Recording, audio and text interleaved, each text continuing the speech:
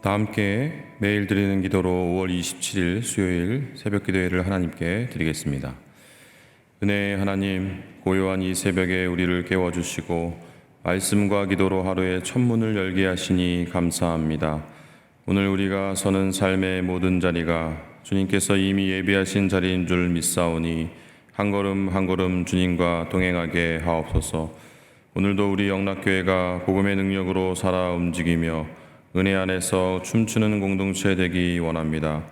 환경과 형편에 흔들리지 않게 하시고 오직 십자가 복음으로 날마다 새로워지게 하옵소서. 특별히 성령님의 인도하심을 따라 우리 교회 신앙지도 원칙인 경건한 복음주의 신앙의 육성, 성서적 생활윤리의 훈련, 교회 연합 정신의 구현, 세상에서 하나님 공의의 실현을 위해 힘쓰게 하옵소서. 모든 교육자와 성도들이 사랑을 흘려보내는 통로 되길 원하오며 예수님의 이름으로 기도드립니다. 아멘. 찬송가 582장입니다.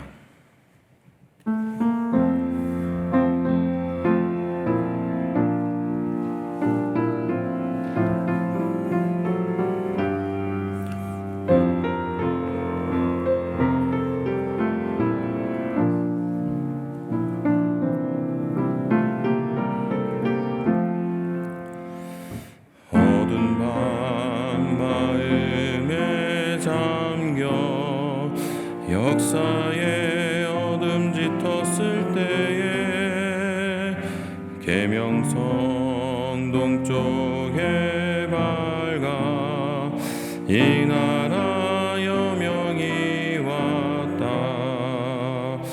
고요한 아침의 나라 빛 속에 새롭다.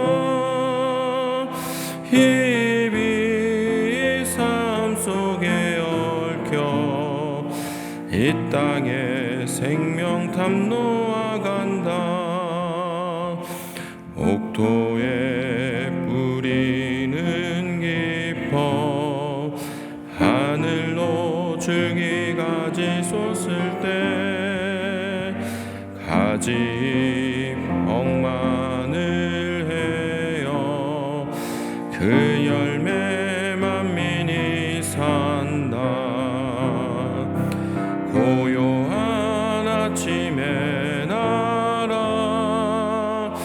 일꾼을 부른다. 하늘 씨앗이 되어 역사의 생명을 이어가리. 맑은 샘 줄기 용솟아 거칠은 땅에 흘러 적실 때 기름진 푸른 벌판이 눈앞에 활짝 트인다. 고요한 아침의 나라 새 하늘 새 땅아 길이 꺼지지 않는 인류의 횃불 되어 타거라. 아멘. 오늘 오이코스 본문은 느헤미야 1장에서 3장의 말씀입니다. 그 중에서 오늘 저에게 주신 하나님 말씀은 느헤미야 1장 4절에서 5절의 말씀입니다. 구약 726면에 있습니다. 느헤미야 1장 4절에서 5절의 말씀을 우리 한 목소리로 합독하겠습니다. 내가 이 말을 듣고 앉아서 울고 수일 동안 슬퍼하며 하늘의 하나님 앞에 금식하며 기도하여 이르되 하늘의 하나님 여호와 크고 두려우신 하나님이여 주를 사랑하고 주의 계명을 지키는 자에게 언약을 지키시며 긍휼을 베푸시는 주여 간구하나이다. 아멘. 바벨론 포로 기한 총 3차에 걸쳐 이루어졌는데 수룹바벨을 중심으로 한 1차 기한 때 한 5만 명 정도가 예루살렘으로 돌아오게 되었고요. 그때 성전 재건을 이루었고 에스라를 중심으로 한 5천 명 정도의 규모가 기간은 한 60년에서 70년 사이에 텀을 두고 2차 귀환이 이루어졌고 신앙 회복 운동이 일어났습니다.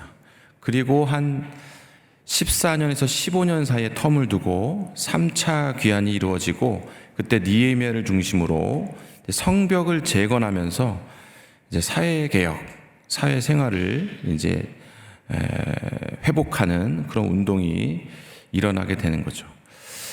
그런데 에스라도 사실은 페르시아 바사 왕국의 관리였다가 고국으로 돌아왔거든요.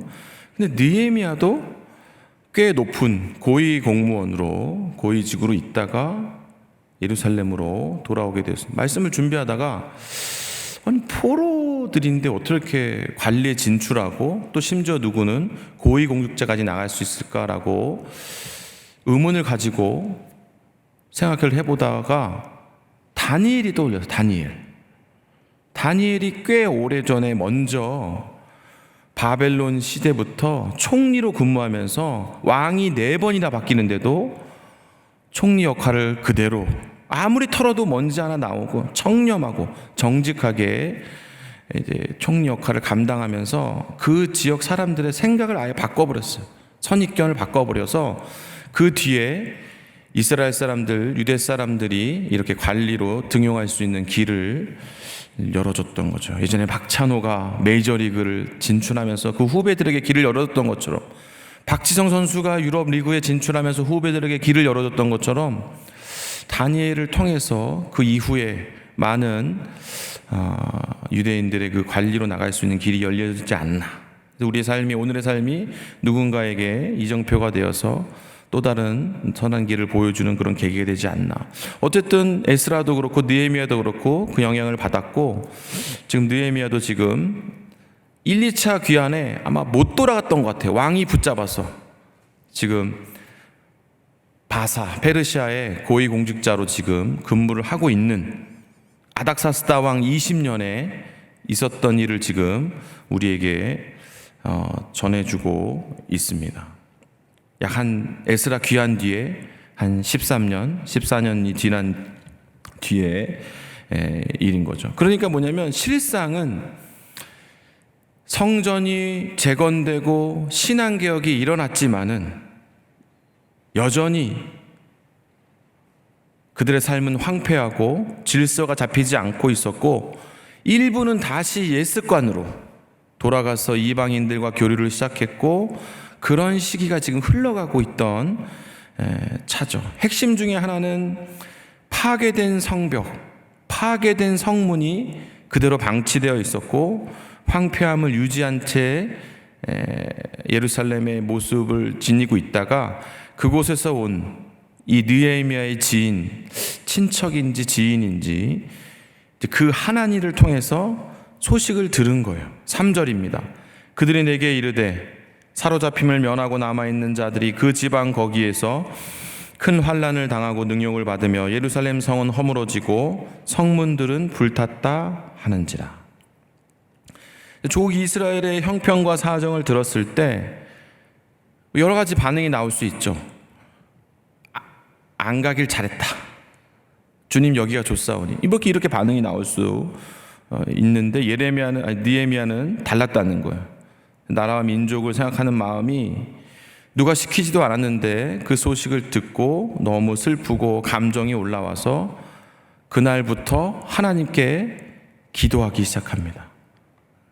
나라 잃은 서름에 나라의 안위를 위해서 함께 기도했던 예전에 우리 독립운동가들이 막 생각이 나는 거죠. 4절입니다.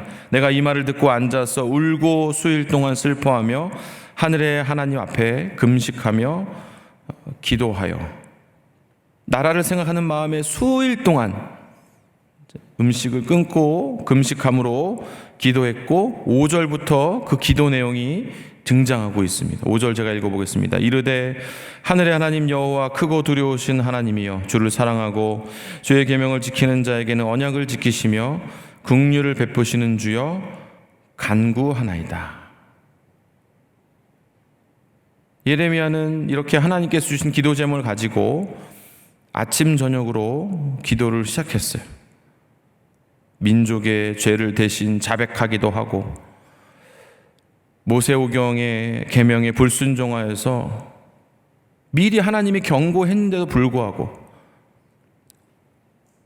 심판받아서 나라가 없어지고 백성들이 뿔뿔이 흩어지게 되었다는 사실을 자기가 입술로 고백하고 자백을 하면서도 또한 하나님의 약속, 계명을 다시 지키면 그 백성이 하늘 끝에 있다 하더라도 모아서 택하신 곳으로 돌아오게 하신다는 그 말씀을 기억하면서 지금 느헤미야가 기도하고 있는 거예요. 기도하면서 또 한편으로는 느헤미야는 지금 바사왕의 술관원으로, 청와대 비서관으로 이렇게 지금 출근하고 있는데 하나님께서 형통케 해주셔서 이 권세자들에게 호의를 입게 하옵소서 기도하고 있는 거예요. 근데 여러분, 이 호의는 어떤 뜻이냐면은 출세를 위한 호의가 아니라 왕의 허락을 얻도록, 내가 고국으로 돌아가고 싶은데 왕의 허락을 얻을 수 있도록 그렇게 지금 이 느헤미야가 기도하고 있는 거예요. 기도의 시작이 기슬르월,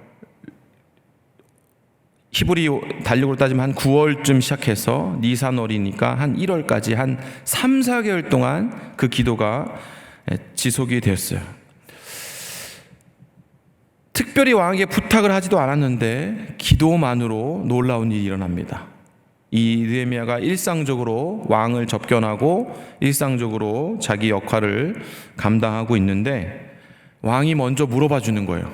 안색이 안 좋네, 무슨 요즘 고민 있어? 이런 식으로 뭔가 이야기가 풀려가는 그런 기적이 일어나는 거죠. 여러분, 진짜 어려운 게 이런 거죠.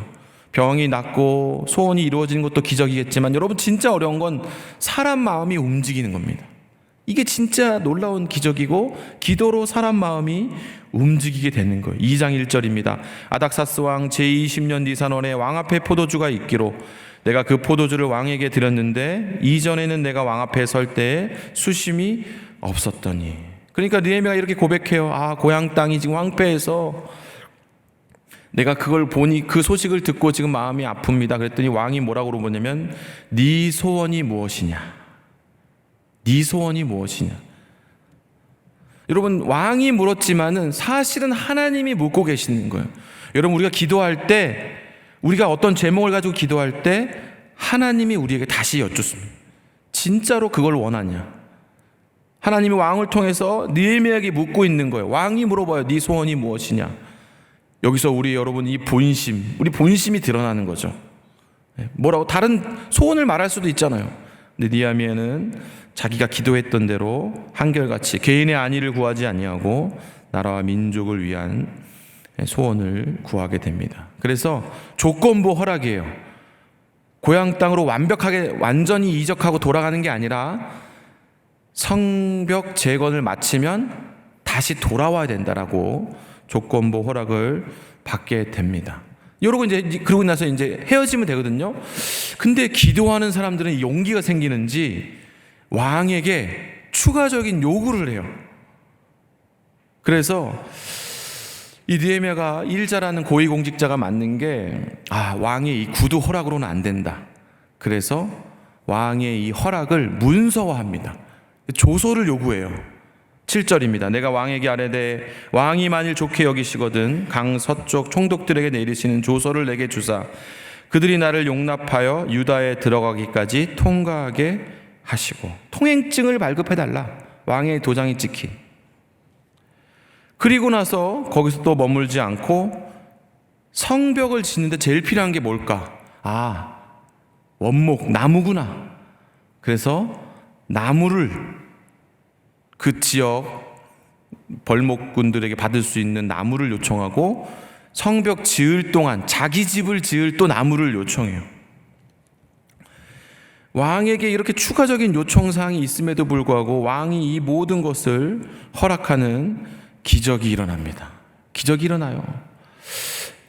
설교 준비를 하다가 또 한 인물이 생각났어요. 에스더 왕비가 있잖아요. 여러분, 이 에스더 왕비가 왕에 뭔가를 요구하기 위해서 뭘 했냐면 잔치를 베풀고 또 왕 음식을 이렇게 제공하면서 왕을 기분 좋게 했어요.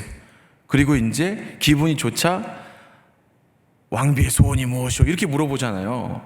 그리고 이제 그 에스더는 왕과 왕비 사이고, 에스더 뭐 얼굴도 이쁘고 뭐 여러 가지 소원을 들을 만한 조건이 있는데, 이 느헤미야는 아무런 조건이 없어요. 느헤미야는 그냥 기도만 했을 뿐이에요. 3, 4개월 동안 기도만 했는데 왕이 먼저 물어봐주고 추가적인 요구를 술술술술 다 들어주는 거죠. 그 이유가 8절 하반절에 나옵니다. 그 이유, 내 하나님의 선한 손이 나를 도우심으로 왕이 허락하고. 그럼 내가 잘해서가 아니라, 내가 비서관 역할을 잘해서가 아니라, 나의 서비스가 좋아서가 아니라 하나님의 선한 손이 나를 도우심으로 왕의 허락을 얻게 되었습니다. 여러분, 하나님의 선한 손이 느헤미야를 도우시니까 계속 놀라운 일들이 일어납니다. 그것은 뭐냐면, 구하지 않은 것까지도 왕이 추가적으로 제공했어요. 하나님은 우리의 구하는 것보다 더 넘치도록 응답하신다고 하셨는데, 정말로 9절에 보니까 군대 장관과 마병을 보내어 나와 함께하게 하시기로 내가 강 서쪽에 있는 총독들에게 이르러 왕의 조서를 전하였더니. 여러분, 메시지를 공격할 수 없다면 메신저를 공격하면 됩니다. 이 느헤미야가 들고 갈 왕의 조서를 막을 수 없다면 느헤미야를 죽여버리면 되는 거거든요. 그런데 그런 가능성조차도 이 왕이 군대 장관과 그 왕의 기병대를 함께 이 느헤미야와 함께 보내서 그의 안전을 보장하게 되는 거죠. 여러분, 한번 상상해 보세요.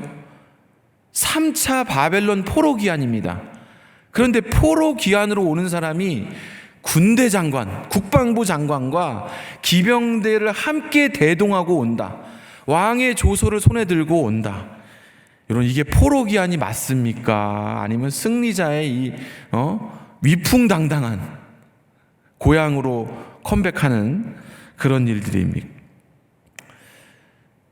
사랑하는 연합교회 성도 여러분, 하나님의 선한 손이 느헤미야와 함께 하니까 쫓기고 쫓겨서 몰래 도망치듯 포로 기한에 와서 성벽을 재건하는 게 아니라 당당하게 왕의 허락을 얻고 왕의 도움을 얻고 국방부 장관과 기병대와 함께 3차 귀환자로 이렇게 와서 성벽을 재건하게 되는 것이죠. 사랑하는 연합교회 성도 여러분, 하나님의 선한 손이 저와 여러분 가운데 함께함을 여러분 믿으시기 바랍니다. 근데 여러분, 사실은 근데 기도하지 않아도 하나님이 우리와 함께 하시고 우리를 도와주시고 우리를 지켜주실 거예요.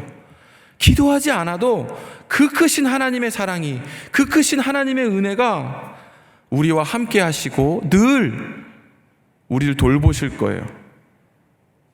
그런데 여러분, 누가 그 위대한 사랑을 다 발견할 수 있겠습니까? 누가 그 엄청난 하나님의 은혜를 발견할 수 있겠어요? 기도한 사람만 알 뿐이에요. 늘 하나님의 사랑이 우리와 함께 하지만 기도한 사람만이 하나님이 하셨다 알게 되는 거예요. 그리고 그걸 감사하게 되고 하나님을 더 깊이 알게 되고. 여러분, 이것이 하나님이 일하시는 방식이에요. 하나님이 늘 하시지만, 하나님이 다 이루시지만은 하나님은 하나님의 사람들로 하여금 기도하게 하신다.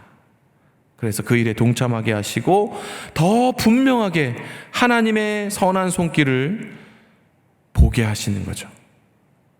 전에 교회에 있을 때 있었던 일인데요, 부임해서 보니까 환경이 너무 안 좋아요. 목회자 교육자실도 좁고 막 전임 교육자 책상만 겨우 놓을 수 있는 자리다 보니까 교육 전사님들은 뭐 책상 놓을 자리도 없고 겨우 이제 막 노트북 놓을 자리도 없고 둥근 테이블 하나만 겨우 놓을 수 있는 그런 환경이더라고요.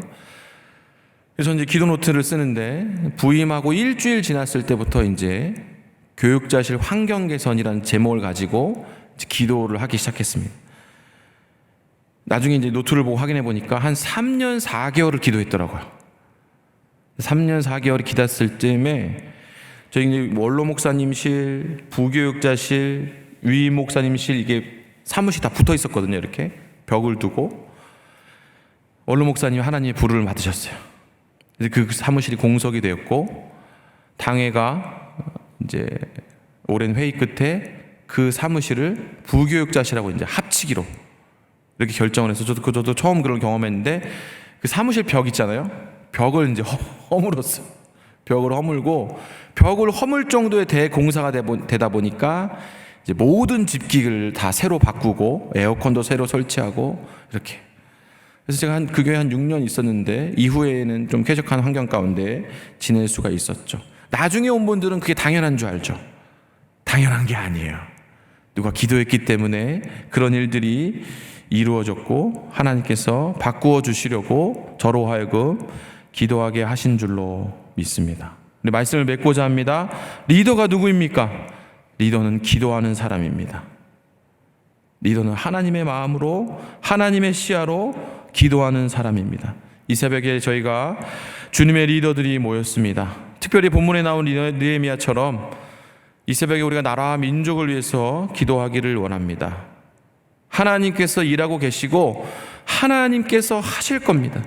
근데 하나님께서 우리 한국교회와 영락교회로 하여금 기도하게 하시는 거죠.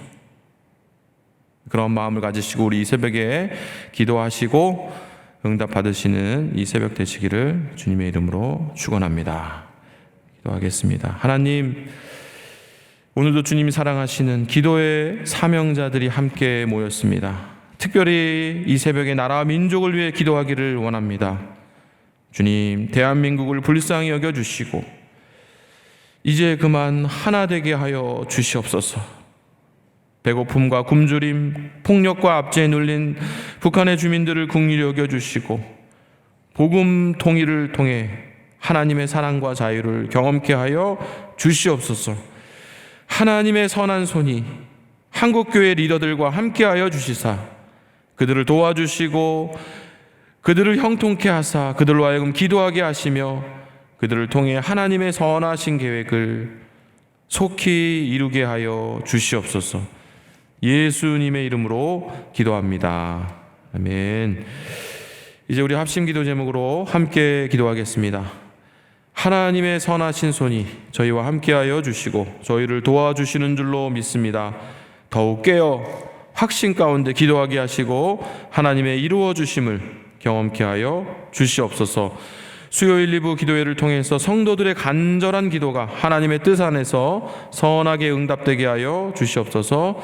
어려운 농어촌 교회들을 하나님께서 지켜주시고 섬기는 지역에 복음이 잘 전해지게 하옵소서. 우리 이러한 기도 제목을 가지고 합심하여 기도하겠습니다.